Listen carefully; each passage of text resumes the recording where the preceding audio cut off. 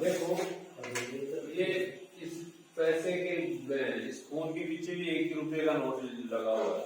1 रुपया आपने कभी 1 रुपए का कागज का नोट देखा हो तो उस पर क्या लिखा हुआ है, कभी पढ़ा है आपने? क्या लिखा हुआ है? भारत सरकार। और इस 1 रुपए से ऊपर जितने भी नोट है उस पर देखो क्या लिखा हुआ है। ये 2 का नोट भी है मेरे पास, इसमें भी क्या लिखा हुआ है?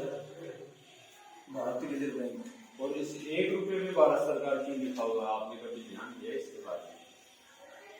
और इसमें ये लिखा हुआ है कि मैं धारक को 100 रुपए अदा करने का वचन देता हूँ। आपके पास जितने भी नोट है उस पर भी ये लिखा हुआ होगा, 10 का है, 20 का है, कितने का नोट है, उस पर ये लिखा हुआ है ना।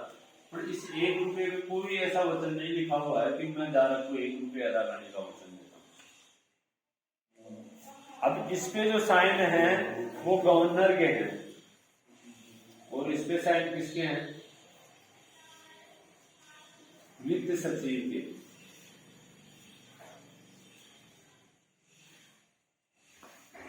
किसके हैं? वित्त सचिव के। और इस पे अब आप यहाँ पे देखो, ये रिजर्व बैंक के नीचे एक लिखा हुआ है केंद्र सरकार द्वारा प्रत्याभूत। देखो आपके नोट के नीचे ये देखो, रिजर्व बैंक के नीचे है केंद्र सरकार द्वारा प्रत्याभूत। दिख रहा है ना? हाँ। अब आप एक आरटीआर लगा के ये पूछना आरबीआई को, ये केंद्र सरकार कौन है, तो आरबीआई आपको क्या जवाब देती है? तो ये जवाब देती है हमें पता नहीं है ये केंद्र सरकार कौन है।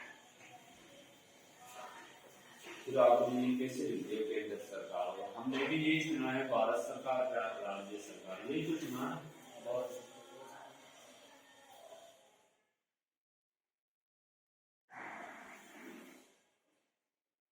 और ये जो वचन खंड लिखा हुआ है इसमें मैं धारक को 101 रुपए अदा करने का वचन देता हूँ। ये 1960 का मेरे पास नोट है, 5 रुपए का। इस पे आपको कहीं भी गांधी जी की फोटो नहीं मिलेगी।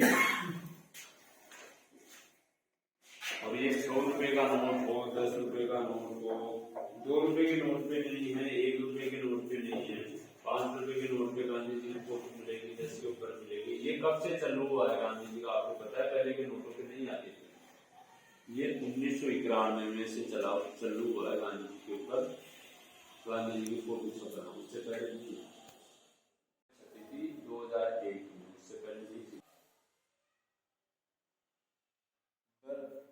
Bargaining this sum of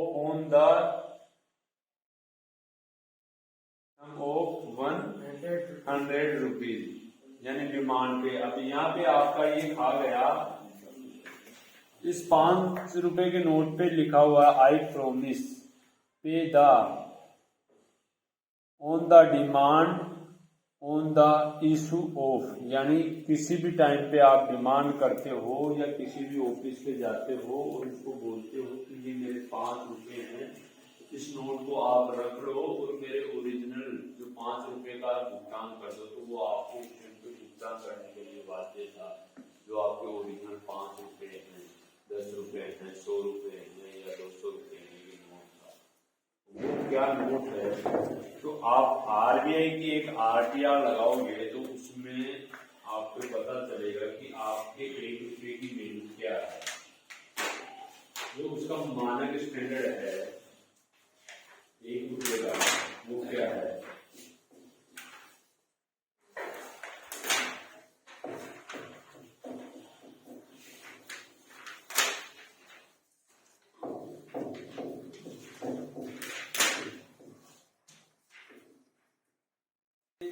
अपनी लगाई हुई है 14 अगस्त 2023 को भारतीय रिजर्व बैंक। इसमें आप वर्तमान समय में 1 रुपए के कितने मानक स्टैंडर्ड है, यानी मानक क्या होता है? मानक स्टैंडर्ड होता है सोना। अपने पूर्वज क्या कहते थे कि आरबीआई 1 रुपये छापती है, उसके ऊपर भारत सरकार सोना रखती है। तो उस सोने का जो मानक स्टैंडर्ड है, यानी आज भी जो सोना रखा जाता है उसका मानक स्टैंडर्ड क्या है? 777 मिलीग्राम शुद्ध 24 कैरेट का सोना। 1 रुपए के बराबर जो आपकी कीमत है वो सोने की क्या है?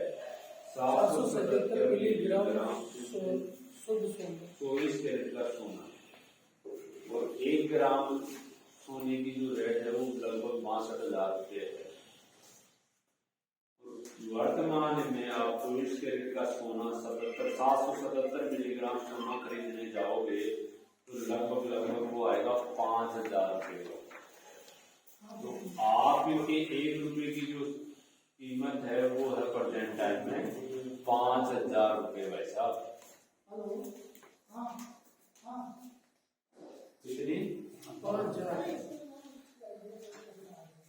अब 5,000 रुपये आपके 1 रुपए की कीमत है, तो आप सेठ हो या गरीब हो? जिसके पास में एक 2,000 का नोट था, तो उससे पहले 2016 में नोटबंदी हुई थी। उस टाइम पे मोदी जी ने बोला था कि भाई और बहनों, आज से 8 दिसंबर को बोला था, कब बोला था?